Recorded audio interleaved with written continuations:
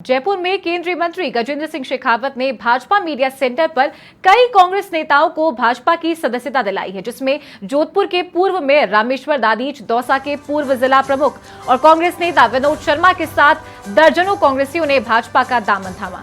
इस मौके पर मीडिया से बातचीत करते हुए केंद्रीय मंत्री प्रहलाद जोशी ने कहा कि जो लोग पार्टी से बगावत कर चुनाव लड़ रहे हैं, वो शीघ्र ही अपना समर्थन देकर पार्टी में लौट आए, वरना दोबारा उन्हें पार्टी में जगह नहीं मिलेगी।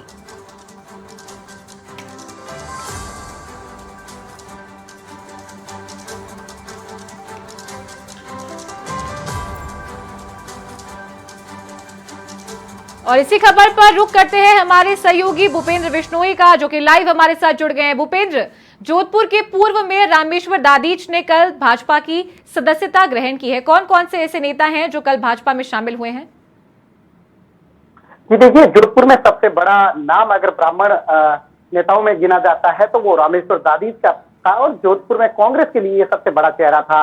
मुख्यमंत्री अशोक गहलोत के सबसे करीबी थे, और जहां तक बात की जाए मुख्यमंत्री अशोक गहलोत की राजनीति की, तो शुरुआत की जो गहलोत की राजनीति थी वहां से लगाकर अब तक जो है गहलोत के साथ थे।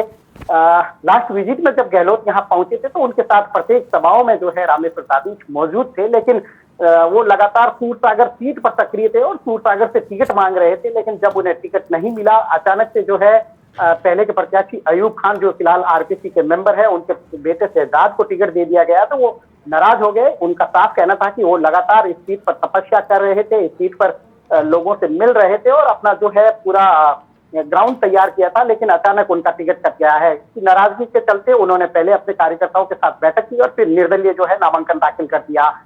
यहाँ एक बड़ी बात यह होती है कि बीजेपी की तरफ से लगातार जो है रामेश्वर दादीच से संपर्क किया गया।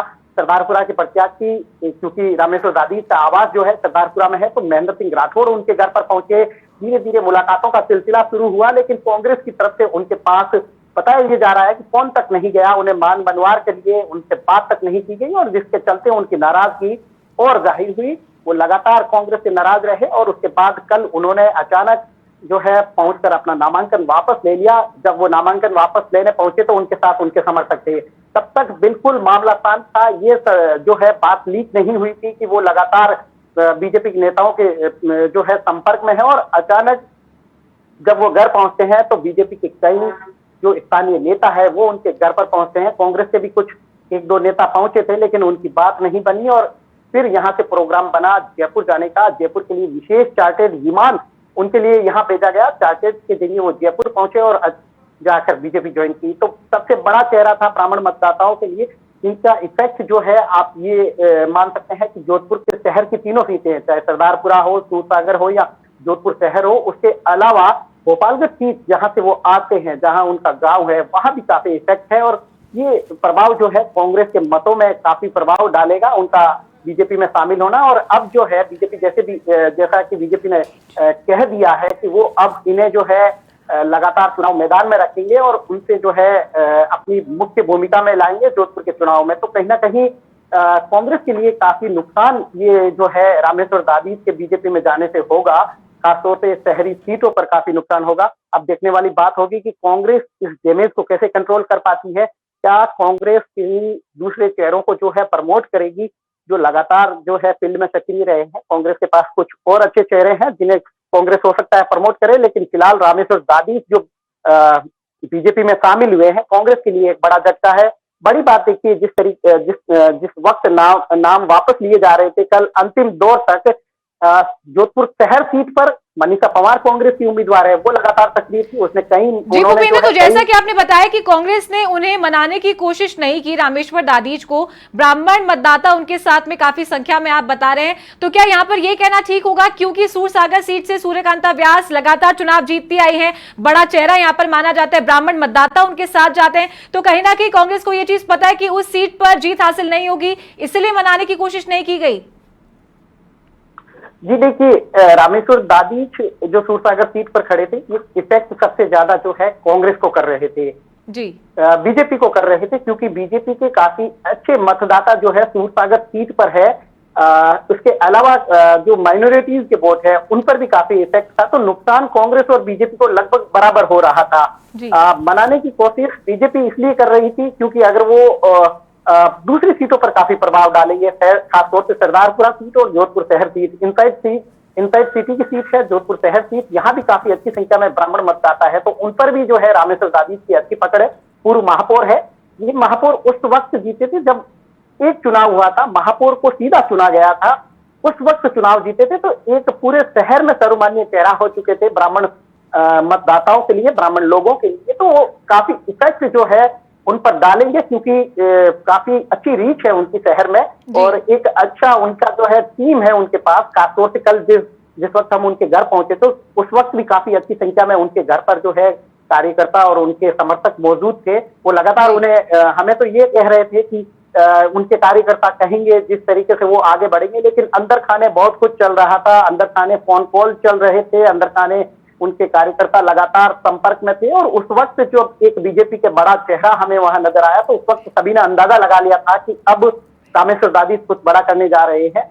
उन्होंने नाराजगी साफ जाहिर की थी कि उनसे किसी ने लेकिन संपर्क भूपेंद्र, नहीं किया। आखिर वजह क्या रही भाजपा का दामन थामने की? क्योंकि सूरसागर सीट पे तो भाजपा ने अपना प्रत्याशी उतार दिया है। हालांकि भाजपा को इस चीज से प्रॉफिट जरूर होने वाला है, क्योंकि बड़ी संख्या में उनकी मतदाता उनके साथ में, ब्राह्मण मतदाता, उनकी अच्छी फॉलोइंग है और क्षेत्र में भी उनकी अच्छी पकड़ है। लेकिन जब वो नामांकन दाखिल कर चुके थे और वो इतना कॉन्फिडेंट है कि उनके साथ में बड़ी संख्या में उनके फॉलोअर्स साथ हैं, जनता उनके साथ में, तो नामांकन वापस लेके भाजपा का दामन कैसे थामा उन्होंने?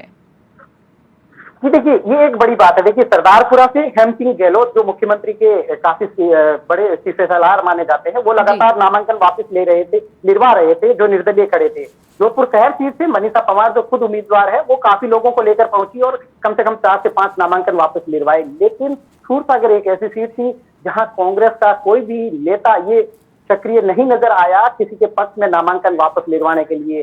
सिर्फ बीजेपी के नेता लगातार उस सीट जो है उस केंद्र के बाहर नजर आए, उन्होंने कई नामांकन वापस लिरवाए। देखिए, सबसे अधिक जो है उम्मीदवार सूरसागर सीट पे थे और सबसे अधिक नाम वापस भी जो है सूरसागर सीट पर लिए गए, क्योंकि बीजेपी के कार्यकर्ता और कई पदाधिकारी लगातार उस सीट पर वहां जो है मौजूद थे और एक एक व्यक्ति को ला रहे थे। लेकिन रामेश्वर दादी जब पहुंचे तो उनके साथ कोई नहीं था, उनके साथ ना कांग्रेस के नेता थे ना बीजेपी के नेता थे, क्योंकि उनकी फील्डिंग जो है बीजेपी ने अंदर खाने पूरी एकदम जमा रखी थी, उनसे लगातार संपर्क में थे।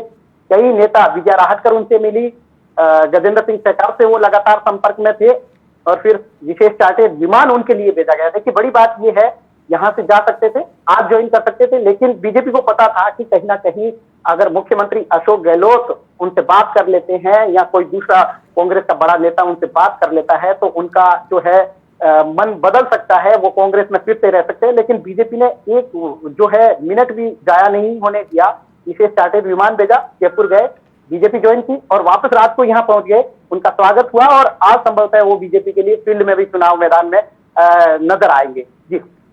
जी भूपेंद्र, अगर बात करें आला कमान की, दोनों ही प्रमुख पार्टियों की, तो लगातार दौरे उनके देखने को मिल रहे हैं, शक्ति प्रदर्शन अपने अपने विधानसभा क्षेत्र में किया जा रहा है। मुख्यमंत्री अशोक गहलोत की बात करें तो ऐसा कुछ कार्यक्रम उनका अपने गढ़ के अंदर प्रस्तावित है, क्योंकि दिवाली के बाद जोर शोर से चुनाव प्रचार शुरू हो जाएगा।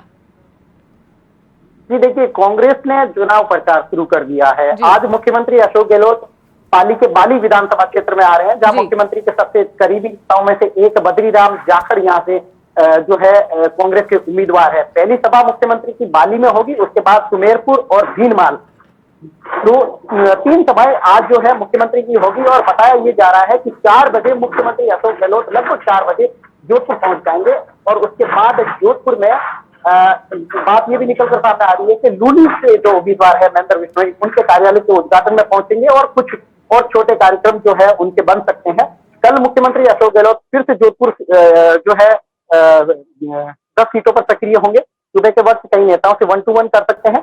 11 बजे से उनकी चुनावी सभाएं शुरू होगी। परसों देखिए, सबसे पहली सभा जो है भोपालगढ़ में होगी।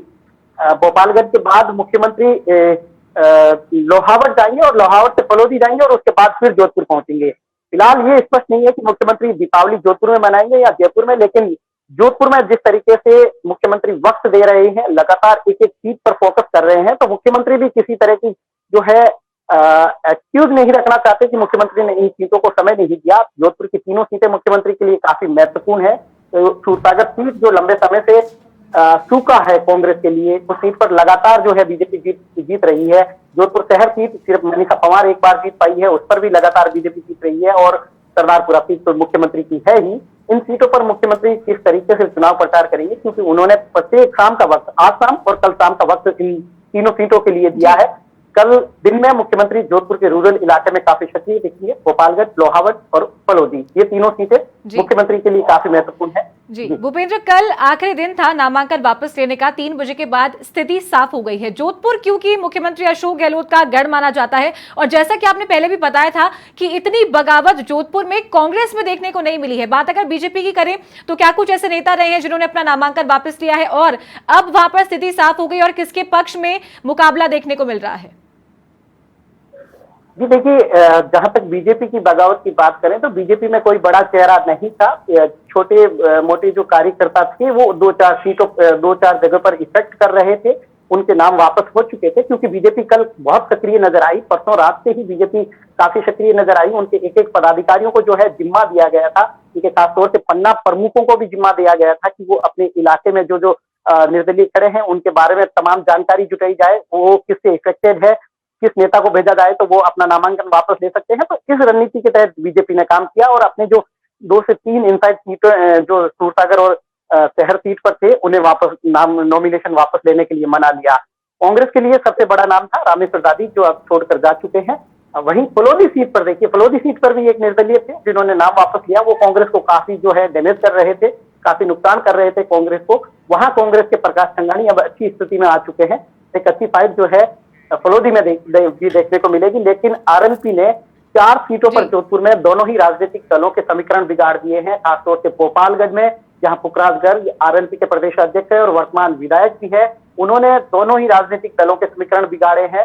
लोहावट में भी जो है सत्यनारायण बिश्नोई खड़े हैं, उन्होंने कृष्णाराम बिश्नोई और गजेंद्र सिंह शेखावत जो बीजेपी के हैं, उन दोनों नेताओं के समीकरण बिगाड़ दिए हैं। देखने वाली बात होगी कि अब वहां जो क्या स्थिति बनती है, क्या सत्यनारायण बिश्नोई जो है आरएलपी में कितने मत ला पाते हैं या वो जीत पाते हैं, ये तो देखने वाली बात होगी। लेकिन उसके अलावा लूनी ऐसी सीट है जहां बद्रीलाल प्रजापत खड़े हैं। प्रजापत समाज यानी कुमार समाज के काफी अच्छे मतदाता है। तो जोधपुर में जितना जो है निर्दलीय चुनाव समीकरण नहीं बिगाड़ रहे थे, उससे ज्यादा चुनावी समीकरण आरएलपी ने बिगाड़े हैं। अब देखने वाली बात होगी कि जनता किसे भूपेंद्र, तो देखिए नामांकन प्रक्रिया का कल आखिरी दिन था और इसी के साथ कल 3 बजे के बाद स्थिति साफ हो गई है। बात जोधपुर की करें तो जोधपुर में भी निर्दलीय यहां सीटों पर समीकरण बिगाड़ते हुए कम दिखाई दे रहे हैं। लेकिन बात अगर इसकी करें कि कल जोधपुर के पूर्व मेयर रामेश्वर दादीच ने कांग्रेस का दामन छोड़ भाजपा का दामन थाम लिया, तो ये एक बहुत बड़ी बात है क्योंकि ब्राह्मण मतदाता इनके साथ में बड़ी संख्या में थे, बड़ी अच्छी फैन फॉलोइंग इनकी थी और इसी के साथ कल इन्होंने भाजपा का दामन थाम लिया था।